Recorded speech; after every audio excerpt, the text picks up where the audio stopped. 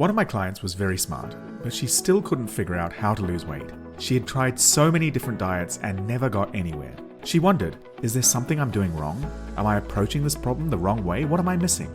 In this video, I'm going to reveal the secret that is in plain sight. It explains why even the smartest people can struggle to lose weight, even if they've studied nutrition, metabolism, and they're absolutely determined. In fact, being too determined might actually be a problem, as you'll see later.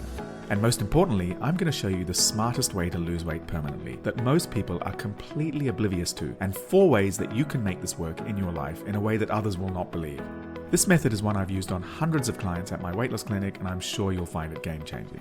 But first, let me ask you a question. What's a good way to figure out how to solve a problem? Is it looking at what others are doing to solve it and then copy that? So for example, if you're overweight, you look around and see, hey, everyone is dieting, so maybe I should try that. But hold on. 2/3 of the population are overweight or obese. And most of these people waste their life going on diet after diet and never getting anywhere. Can you see the problem here? No matter how smart you are, you're not going to get anywhere if you copy the approach of the many people who are not getting the result you desire. Dieting is the way our society collectively thinks we need to lose weight, and our society is steadily getting more and more heavy. It's not your fault that you haven't been able to solve your weight loss problem. You've been trying to diet yourself to lasting weight loss. And dieting doesn't work. We are in a collective delusion where everyone is doing the wrong thing over and over again and mystified that they don't get a different result. Here's the fact. If you want a different result from everyone else, you're going to have to do something completely different.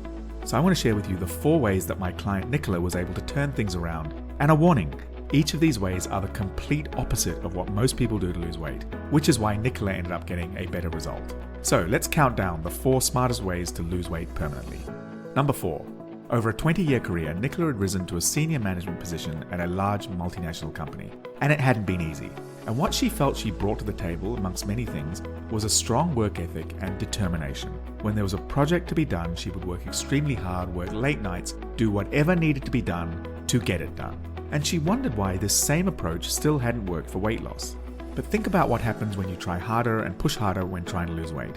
You end up eating less and less and starving yourself. And unlike a work goal, pushing harder with weight loss doesn't get you closer to the goal. It does the opposite. The more you starve yourself, the hungrier you get, and the more you're likely to develop insatiable cravings and end up overeating or binging. Yes, most of us have been brainwashed into thinking that starving yourself is the only way to lose weight. But it's really not. It's the way to lose weight and then gain it back when you go back to normal eating. But the smarter approach is to lose weight once and for all. But how do you do that? Number 3. Nicola was no different from many of my other clients. She had lots of responsibilities in her life. She had a demanding job, a young family to look after, and she had an active social life. And so she didn't have a lot of time to waste. So if you're wanting to be smart about weight loss, you don't want to be wasting time. Firstly, obviously because time is scarce, and secondly because the more time it takes to stick to a plan, the more likely it will fail. For instance, Nicola described to me being on a diet where she had to stick to a very complicated menu. And it required learning lots of new, barely pleasant recipes, shopping for the ingredients, and then doing meal prep on Sunday afternoon when she'd rather be relaxing. Is this a good way to use your time? Is it an approach that's likely to work for the long term? What do you do if you go away for the weekend? What if you have a work deadline and don't have time to do all the prep? What if you're unwell with the flu? The answer is the smart way to lose weight is to think about how you use your time and make sure that whatever you do is time efficient and easy to stick to for the long term. Do you know what the most time efficient way for Nicola was? It's figuring out how to make eating less into a habit. Nicola had to figure out which areas of her life were contributing the most to her overeating. For her, it was emotional eating and afternoon snacking, just 2 things. And so all it took was changing her habits in these 2 areas of eating. Much simpler because, as you know, habits once changed can last forever. Number 2. One of the other things Nicola did a lot of was giving herself a very hard time for her eating decisions and her weight. Had it got her anywhere? No, it hadn't. She'd been doing it for most of her life, and it hadn't led to her losing weight or prevented overeating. But it's worse than that because it can actually prevent success. Nicola would be doing well, and then she'd make a bad eating decision, or her weight wouldn't move as much as she expected, and she'd immediately launch into a self-denigrating diatribe. Does this make her more or less likely to continue? Of course, less. As I say to clients, when you're trying to lose weight for good, which is a long-term undertaking, your most valuable asset is your enthusiasm.